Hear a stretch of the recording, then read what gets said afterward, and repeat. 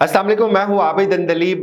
कुछ घंटे रहते हैं अदम एतमाद को, लेकिन उससे पहले इमरान खान की हुकूमत ने, शेख रशीद ने, वजीर दाखिला ने ये फौज से इस्तदा की है कि फौज दरमियान में आए, इंटरवीन करे। और इस वक्त मुल्क के अंदर जो आग लगी हुई है ये गली मोहल्ले तक जारी है। अदम एतमाद के बाद भी प्राइम मिनिस्टर इमरान खान ही रहेंगे। 3-4 ऑप्शंस पे बात हुई है। ये बड़ी इंटरेस्टिंग और बहुत इंपॉर्टेंट डेवलपमेंट्स हो रही हैं इस वक्त इमरान खान के हवाले से। जो ये खबरें लोग चला रहे हैं कि आज इमरान खान की पार्टी का इजलास हो रहा है और उसमें इमरान खान इस्तीफा दे रहे हैं। पहले तो मैं आपको ये बता दूं कि इसमें कोई हकीकत नहीं है। इमरान खान बिल्कुल इस्तीफा नहीं दे रहे। वो तीनों ऑप्शंस को फेस कर रहे हैं। वो अदम एतमाद को भी फेस कर रहे हैं, वो इलेक्शन को भी फेस करने के लिए तैयार हैं। वो हर तरह की सिचुएशन को फेस कर रहे हैं, लेकिन वो इस्तीफा नहीं देंगे। इस वक्त जो शेख रशीद ने बातें की वो बहुत इंपॉर्टेंट है। उसके 3-4 ऑप्शन उन्होंने सामने रखे। एक तो हुकूमत ये कहती है, कुछ लोग ये सोचते हैं कि इन तमाम जमातों को जिन्होंने पाकिस्तान के खिलाफ पाकिस्तान की मुंतखब हुकूमत का तख्ता उलटने के लिए बाहर से फंडिंग ली है, पैसा लिया है, उन तमाम जमातों को कलअदम करार दे दिया जाए। ये बहुत बड़ा स्टेप होगा। अगर ये हुकूमत कर लेती है तो ये पीटीआई के लोगों के लिए तो बहुत पॉपुलर होगा, लेकिन शायद दूसरी तरफ से इसका कुछ रद्द-ए-अमल भी आए। लेकिन ये देखना होगा कि ये किस हद तक ये लड़ाई जा सकती है। ये अगर कलअदम हो जाती है जमातें तो फिर ये लड़ाई इतनी फैल सकती है कि फौज मजबूरन बीच में आ जाएगी। एक तो ये ऑप्शन है। दूसरा ऑप्शन ये है कि फौज दरमियान में आकर इंटरवीन करे और इलेक्शंस हो जाएं। ये तो विन विन सिचुएशन है, दोनों तरफ ये चीज कबूल है, लेकिन शायद अपोजिशन इसके ऊपर कंसिडर नहीं करती इस ऑप्शन को। वो ये समझते हैं कि हम इस वक्त आसाबी तौर पे हमारे पास नंबर गेम ज्यादा है, हम इमरान खान को गिरा सकते हैं। लेकिन उनको ये भी पता है कि अगर इमरान खान गिर गए तो फिर आगे उनसे ये घर नहीं चलना, इमरान खान उनको नहीं चलने देगा। और तीसरा ऑप्शन जिसके ऊपर मैंने बहुत पहले आपको कहा था कि हुकूमत के कुछ लोग ये भी सोचते हैं कि ठीक है, इन्होंने अगर अदम एतमाद से हमें 2 नंबर तरीके से फारिग कर दिया तो हम भी इस्तीफे दे देंगे, हम इलेक्शन में जाएंगे और इमरान खान एक सियासी शहीद बन के उभरेंगे और उनको एक नई जिंदगी मिलेगी। जो सब लोग इस बात से इत्तेफाक करते हैं। आप केपीके के इलेक्शंस उठाकर देख लें, आप इस वक्त इमरान खान की जो पॉपुलैरिटी है उसका ग्राफ उठाकर देख लें। यही बात इस वक्त शेख रशीद भी कहते हैं कि ये जो लड़ाई है गली मोहल्ले तक पहुंच चुकी है। ये इतनी आसान नहीं है, इतनी सादा नहीं है जो आपको टीवी पे बैठ के बताया जाता है कि ये इमरान खान के खिलाफ कुछ नंबर गेम्स हो गई, कुछ लोग इधर से उधर हो गए और अदम एतमाद आ गई। ये बहुत बड़ी साजिश है। इसके पीछे बहुत पैसा चला है, इसके पीछे बहुत सारे मुल्कों की, बहुत सारी एजेंसीज की मेहनत है, इसके पीछे वो लेटर है, इसके पीछे बेशुमार चीजें, उन तमाम सफीरों की मुलाकातें हैं, वो चाहे सहाफियों के साथ हों, चाहे इमरान खान के जो ज़मीर फरोश लोग थे उनके साथ हों,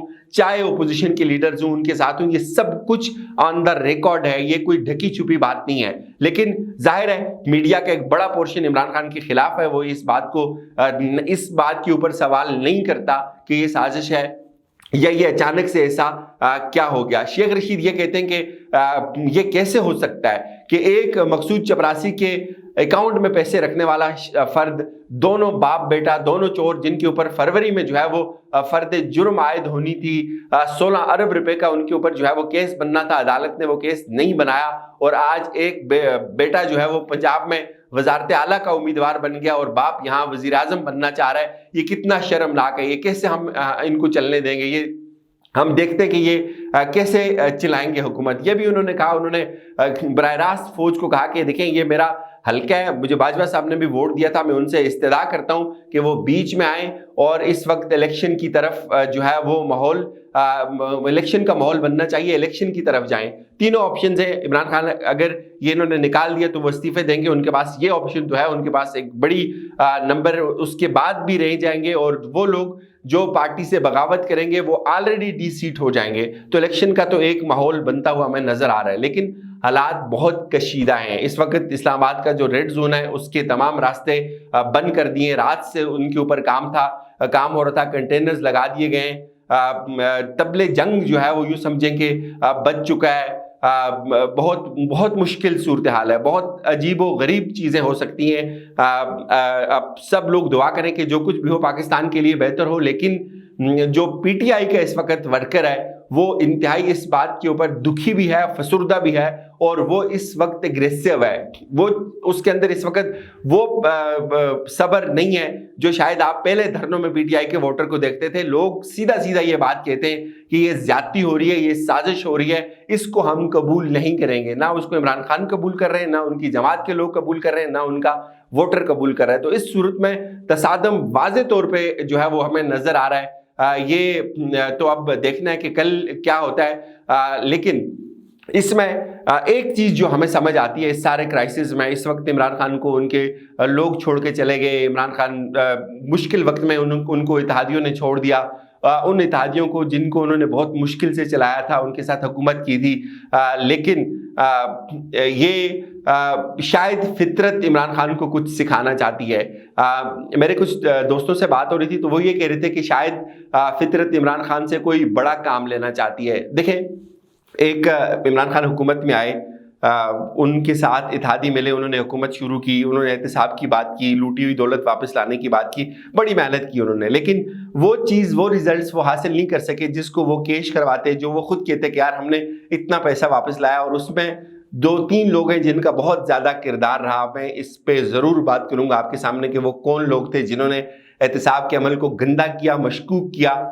ہم اس وقت بھی کورٹس میں چیختے تھے کہ یہ غلط کیسز بنائے جا رہے ہیں، ان کے اوپر ٹھیک سے کام نہیں ہو رہا، اور تمام لوگ ایک ایک کر کے چھوٹ گئے. لیکن جو کام فطرت لے رہی ہے شاید عمران خان سے وہ یہ ہے کہ ایک تو آپ یہ دیکھیے گا فیوچر میں جو تحریک انصاف ہوگی اس میں لوٹوں کا صفایا ہو جائے گا. پاکستانی سیاست سے لوٹوں کا صفایا ہو جائے گا، ان کے اوپر کوئی یقین نہیں کرے گا. عمران خان پہلے سے زیادہ اکثریت لے کے اسمبلی کا حصہ بنیں گے، وہ اپنی حکومت بنائیں گے.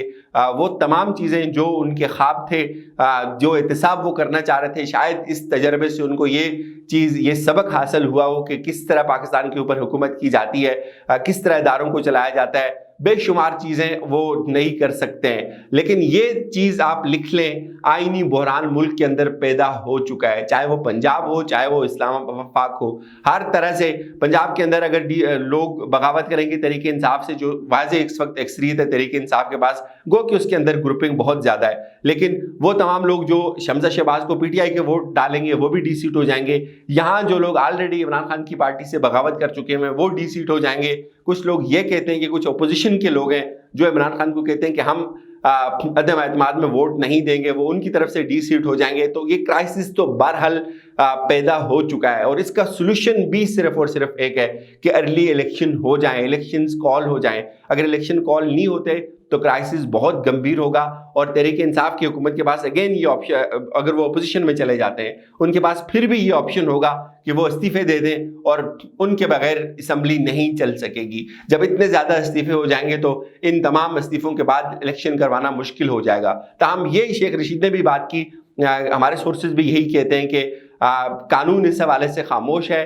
صدر کے اختیارات کے تحت کب تک عمران خان کام کرتے ہیں اس کے حوالے سے بھی کوئی کلیئر چیز سامنے نہیں ہے. لیکن عدم اعتماد کے بعد بھی وزیر اعظم جو ہے وہ عمران خان ہی رہیں گے. اجازت دیجیے، اپنا خیال رکھیے گا. خدا حافظ.